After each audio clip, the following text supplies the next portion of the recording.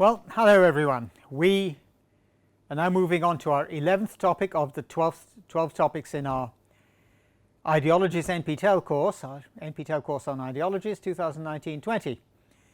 The 11th topic, the last but one we're doing, is nationalism. We'll make a start on it, just to start. We'll go on into detail next time, into more detail, and we'll conclude with a worked example as before. Nationalism is, I quote, I'm starting with a quotation from John Donne, the historian of ideas. He says, "Nationalism is the starkest political shame of the 20th century, the deepest, the most intractable, and yet most unanticipated blot on the political history of the world since 1900.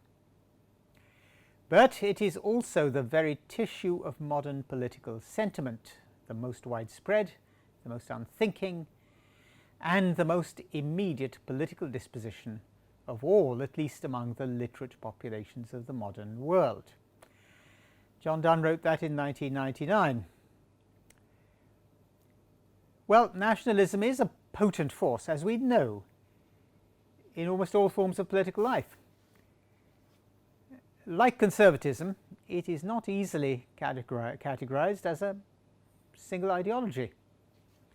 Like conservatism, it takes a range of forms, several of which share more than one characteristic, and it may well be better understood as a range of outlooks rather than a specific body of theory. And that may also help for the enduring character of nationalism. In addition, nationalism has been associated with many other ideologies, from liberalism through socialism to fundamentalism. And we've already encountered the element of of ethno-nationalism in certain forms of fundamentalism. Now, the fact that nationalism has a very wide range of forms also means that it's not always regarded as a modern development. Azargat, one scholar, for example, sees nationalism as one form of political ethnicity, and he identifies it as having been a strong force in empires of very ancient times, such as the Assyrian Empire, which existed in the 2nd millennium BCE. It's a very long time back. We're looking at 3,000 years or so ago. Well, Azargat also identifies ethnicity in the sense of national membership as a powerful, if not decisive, political element in the creation and survival of many other ancient empires, including those of ancient India. But he says of ancient India that ethnic diversification occurred at the local level. Now, Gutt's wider argument is that forms of nationalism, whether they're modern or pre-modern, permeate human history. As he says, according to him, they, I quote, "spring from deep within the human psyche." We need not take issue with that argument or go into great detail over that argument here, but we should note that the Greek historian Herodotus, 484 to 425 BCE, may have been the first to use the term ethnos to mean nation, even if quite what he meant by that is still a subject of argument, and even if it is also still the subject of argument as to whether or not the term nation provides a complete translation of the term ethnos. I draw that argument from that point from a paper by Papastefanou written in 2012. But what about nationalism in its modern sense? It has emerged as other forms of political organization have declined. These other forms are kingdoms, principalities, and the like. I draw that point from Andrew Hayward. But nationalism may not have been planned or explicitly intended to replace such forms.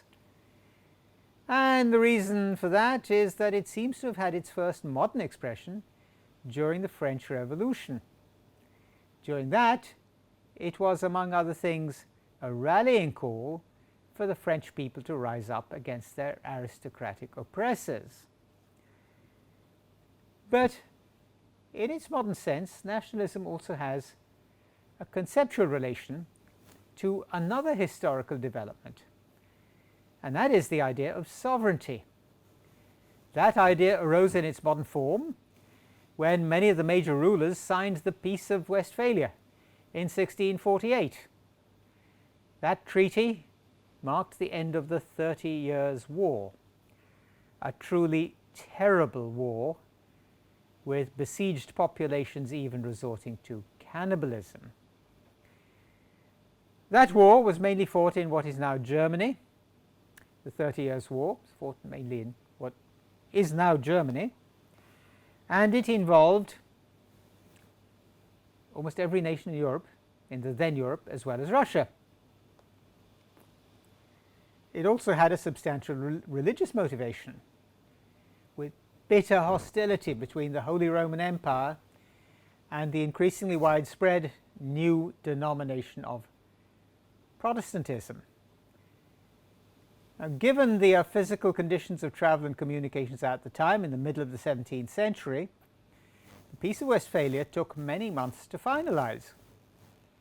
It also played a part in creating the modern concept of sovereignty over territory, and under that concept, rulers would recognize one another's authority within designated boundaries, over designated territories. As we shall see, this element of recognition is central to nationalism and nationalist movements in our time. We mustn't underestimate the religious character of the 30 Years' War.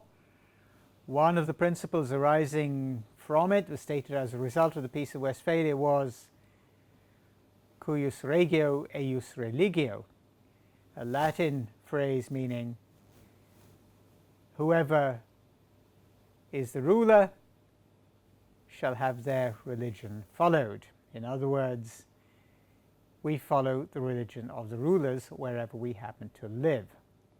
Cuius regio eius religio. Well, the origins of nationalism, the idea of it, and the term itself are certainly of great interest in the history of ideas and in history per se. But historically, nationalism has had an enormous impact on the human world. From one of its earliest expressions in the French Revolution, 1789 onwards, through movements for the unification of formerly separate territories, on to powerful and successful demands for the end of colonial subjecthood, and more recent claims to separation from existing countries on the grounds of unrecognized or oppressed nationhood. So nationalism has had an enormous impact on the human world throughout, and continues to do so. Well, perhaps the earliest modern claim to nationhood was made, as I said, in the French Revolution. The sufferings of the people under Louis XVI and his predecessors had reached a point where the public rose up in the name of the nation. The uprising was extremely violent, probably expressing the bitterness of the leaders and some of their followers. But for us, the conceptual point is this: the people who put an end to their status as subjects of the crown declared themselves citizens of the nation. Such a development is relatively familiar to us today, and so are symbols like national flags, national anthems, stereotypes of national identity, and customs and practices which are considered to be or claimed to be typical of particular nations, or sometimes even definitive of nations. France's National Day is the 14th of July, Bastille Day, the day on which the French public storms the notorious Bastille prison. India, for its part, has what are in effect two national days. The 15th of August, marking the day the country achieved independence from Britain in 1947, and the 26th of January, the day in 1950 on which the Republic of India came into being. Well, the propagation of such symbols and related language and terminology and rhetoric was greatly aided and facilitated in the 19th century as literacy and the mass media at that time newspapers and magazines, as they spread. Literacy and the mass media spread, and the propagation of nationalistic symbols and related language and terminology and rhetoric was greatly facilitated by the spread of literacy and the advent of newspapers and print, of the print media. But nationalism as an ideology in the 19th century was also located in a particular social class. This was the mercantile upper middle class, which had emerged in the previous century, the 18th century. And this class was overwhelmingly committed to liberalism. That liberalism meant the spread of constitutional government, with laws intended to be applied equally to all. Now, for that, it was necessary to specify the geographical area within which any one constitution would hold. And therefore, the idea of national boundaries gained even more currency in the 18th and then the 19th century than it had inherited from the Peace of Westphalia. Now, in view of the many forms nationalism takes, and in view of its association with many different ideologies, it can look amorphous, shapeless, and difficult to characterize. But certain themes or concepts seem to be shared by most forms of this ideology. It is therefore an ideology and not just a political sentiment or political doctrine. Well, we'll list the main themes here and we'll then go on to them in the next lecture or two. The main themes in nationalism are the nation, community or organic community, self-determination, and identity politics. I'll list those again and then we'll stop there and go on to lecture 2 later on. So the main themes in nationalism are, there's 4 of them: the nation, the second one is community or organic community, the third is self-determination, and the fourth is identity and identity politics. All of those are very recognizable concepts in our world today, and we no doubt encounter examples of them and expressions of them all the time. We'll come back to these and look at them in more detail next time. That's the end of this lecture, introducing the theme of nationalism. We'll come back to it next time.